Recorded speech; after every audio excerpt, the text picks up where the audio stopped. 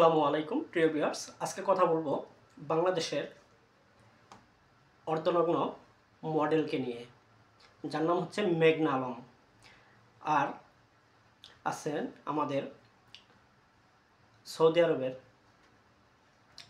শ্রদ্ধেয় রাষ্ট্রদূত। ওনাকে সবাই চেনেন, দীর্ঘদিন বাংলাদেশে ছিলেন, সম্মানের সাথেই ছিলেন। উনি যাওয়ার আগে বাংলাদেশের নামদারি এক মডেল উনি বলে বসলেন উনি নাকি ওনার স্বামী। কিন্তু বাংলাদেশের কিছু আইনজীবী মেঘনার পক্ষ নিয়ে আইনি লড়াই করতেছেন। আমি তাদের উদ্দেশ্যে বলতে চাই, বাংলাদেশে প্রায় 30 থেকে 40 লক্ষ মানুষ সৌদি আরবে কাজ করে থাকেন। সৌদিরা কখনোই নিজেদের অপমান সহ্য করে না। তারা এই প্রতিশোধ নেবে যদি আপনারা রাষ্ট্রদূতকে নিয়ে বেশি টানা হিচড়া করেন। কপালে দুঃখ নেমে আসবে সৌদি আরবে থাকা শ্রমিক ভাইদের, কথাটা মনে রাখবেন। যারা বাংলাদেশে আইন নিয়ে লড়াই করতেছেন তাদের উদ্দেশ্যে এই কথা। আপনি হয়তো ভাবতেছেন আপনি অনেক লেখাপড়া করছেন, আপনি আইনজীবী, বাংলাদেশে অনেক কিছু করে ফেলবেন, কিন্তু সৌদি আরবটা আপনার দেশ না, এটা সৌদিয়ান। কথাগুলো মনোযোগ দিয়ে শুনেন। আপনারা আজকে এই মেঘনা আলমকে নিয়ে পক্ষপাতিত্ব করে মেঘনা আলমকে বড় সাজানোর চেষ্টা করতেছেন। মেঘনা আলমকে যে বিশেষ আইনে গ্রেপ্তার করা হয়েছে সেটা আপনারা বাতিল চাচ্ছেন। সব কিছু মানলাম, কিন্তু 40 লক্ষ বাঙালির কপালে কি ঘটবে সেটা কি কখনো ভেবেছেন? কখনোই ভাবেন নাই। আজ থেকে 2008-এর সাথে যখন সৌদি আরবে একজন সৌদিয়ানকে মারার পর ফ্রিজে রাখছিল, তারপরে সৌদিয়ানরা বাঙালির দেখলে থুতু ফেলতো। আর আরবদের কালচারে থুতু ফেলা সবচেয়ে নিকৃষ্ট একটা কাজ, বাঙালি তারা দেখতে পারতো না। সেইখান থেকে আমরা ধীরে ধীরে অনেকটাই সফলতার দিকে এগিয়ে আসছি।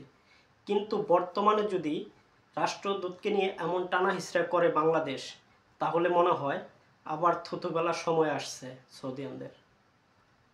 আজকে মাস শেষে রিজার্ভ গুনতেছেন, বাংলাদেশে টাকার অভাব নেই, ডলারের অভাব নেই, প্রবাসীরা দেয়। কিন্তু প্রবাসীরা যখন বিপদে পড়বে এই ডলার আসবে না।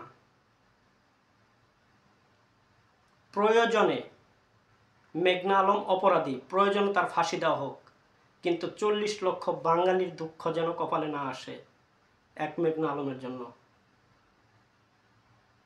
মেঘনা আলম এসে দেহ ব্যবসায়ী, সে কোনো মডেল না। ছোট ছোট কাপড় পরে অর্ধনগ্ন হওয়াকে মডেল বলে না। বাংলাদেশে যাদেরকে মডেল বলেন, অন্য দেশে এটা কালচার। বাংলাদেশে হাফ প্যান্ট পরলে আর ছোট কাপড় পরলে মডেল হয়ে যায়, কিন্তু এটা অন্য দেশে কালচার। এটা বোঝার চেষ্টা করুন। আর আইনজীবীদেরকে বলবো, আইন সম্পর্কে অনেক ভালো জানেন আপনারা, কিন্তু এমন কিছু করেন না যাতে 40 লক্ষ বাঙালির কপালে দুঃখ আসে। আজকে সৌদি রাষ্ট্রদূতরে নিয়ে বেশি টানা হিচড়া করলে ওই দেশের বাঙালিদের কি অবস্থা হবে এটা কি কেউ কখনো ভেবেছেন? ভাবেন নাই। বাবার জন্য অনুরোধ রইল। ভিডিও আর বড় করব না, এখানেই শেষ করছি। ইনশাল্লাহ পরবর্তী ভিডিওতে দেখা হবে। আসসালামু আলাইকুম প্রিয় ভিউয়ার্স, আজকে কথা বলবো বাংলাদেশের অর্ধনগ্ন মডেলকে নিয়ে, যার নাম হচ্ছে মেঘনা আলম। আর আছেন আমাদের সৌদি আরবের শ্রদ্ধেয় রাষ্ট্রদূত। ওনাকে সবাই চেনেন, দীর্ঘদিন বাংলাদেশে ছিলেন, সম্মানের সাথেই ছিলেন। উনি যাওয়ার আগে বাংলাদেশের নামদারি এক মডেল উনি বলে বসলেন উনি নাকি ওনার স্বামী। কিন্তু বাংলাদেশের কিছু আইনজীবী মেঘনার পক্ষ নিয়ে আইনি লড়াই করতেছেন। আমি তাদের উদ্দেশ্যে বলতে চাই, বাংলাদেশে প্রায় 30 থেকে 40 লক্ষ মানুষ সৌদি আরবে কাজ করে থাকেন।